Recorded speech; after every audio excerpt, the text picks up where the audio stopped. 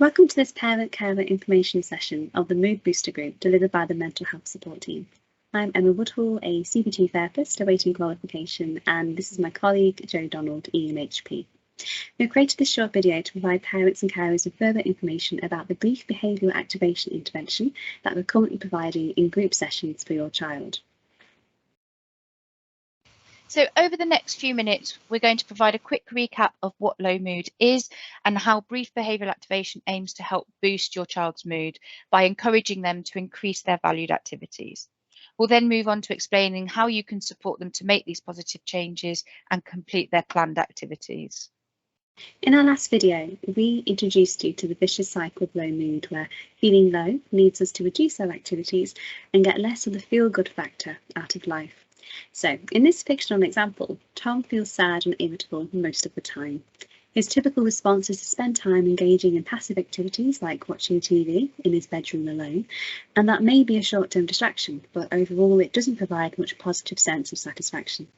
As such, he doesn't feel as though he's getting anything out of life. He doesn't think that he's achieved anything, and he's wasted his weekend, and perhaps he feels isolated from his friends.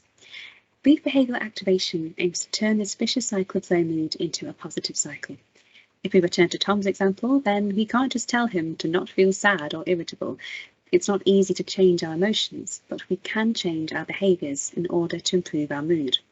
For Tom, going for a walk instead might require a lot of effort, but it may also result in a slight improvement in his mood due to how it gives him a sense of achievement and reconnects him with his friends and allows him to experience enjoyment. In other words, doing more of what matters to your young person results in them getting more out of their lives and ultimately feeling better.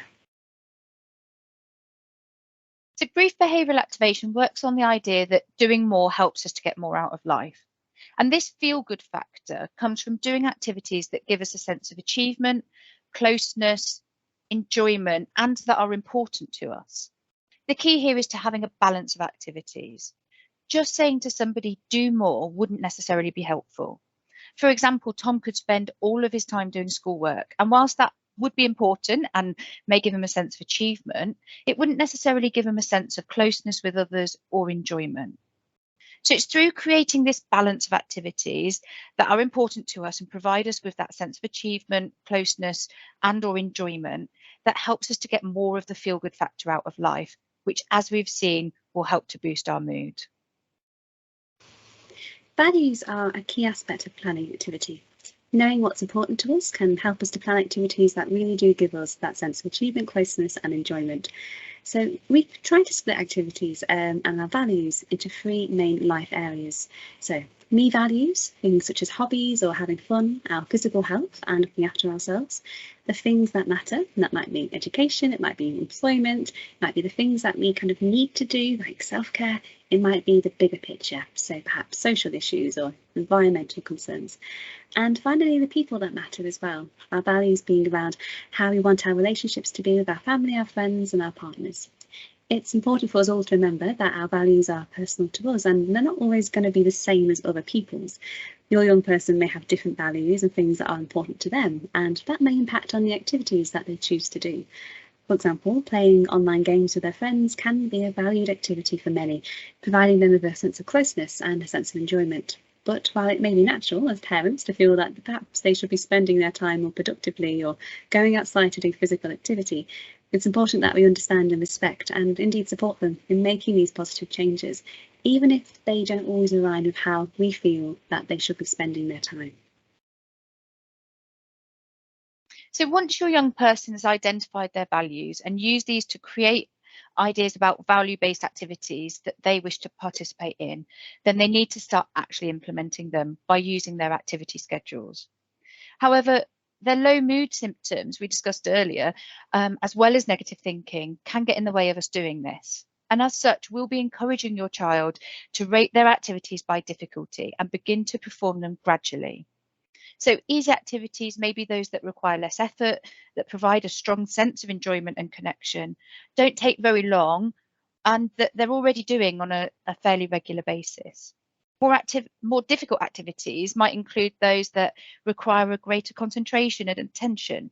They might need more motivation, perhaps a change of environment and preparation that is required beforehand.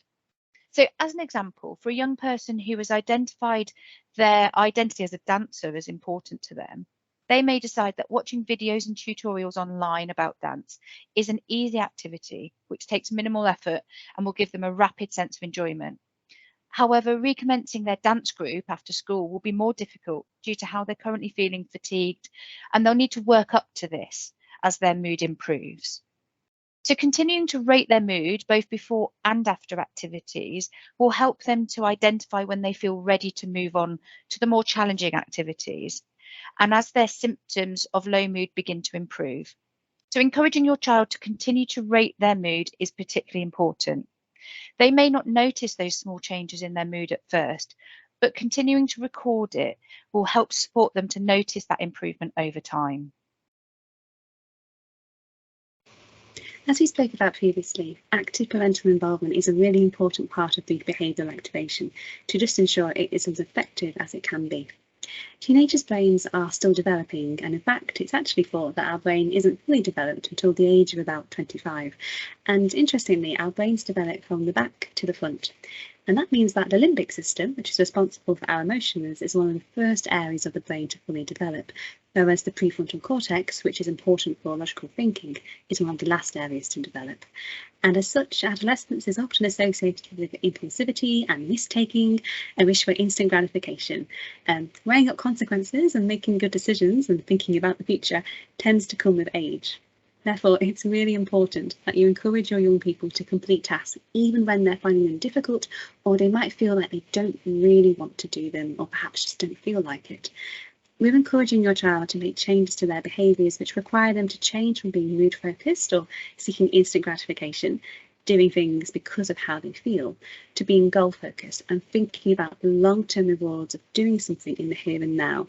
In other words, doing things now because of how they want to feel, even if at the moment they don't really feel overly motivated or perhaps feel really tired. So supporting your child to participate in mood-boosting activities could involve helping them to schedule a really balanced range of activities that give them, again, those senses of enjoyment, achievement and connection.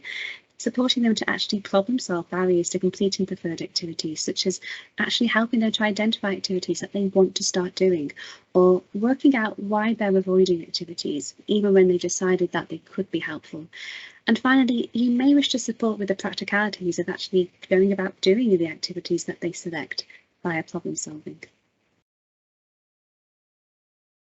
So although problem solving may seem simple and is something that we use every day and take for granted, these are vital skills for everyone to develop, and you can support your child with learning these skills. And they're really important for successful behavioural activation. So as an example, Tom may really want to go ice skating with his friend every night. However, it's in the city centre and he wants a lift there every week and to be picked up. This might not be practical or affordable for most families.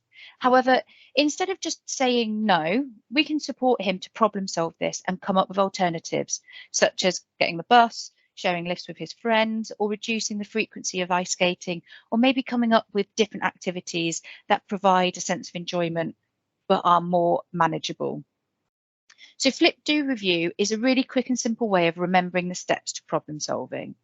The first thing is to really clearly identify the problem.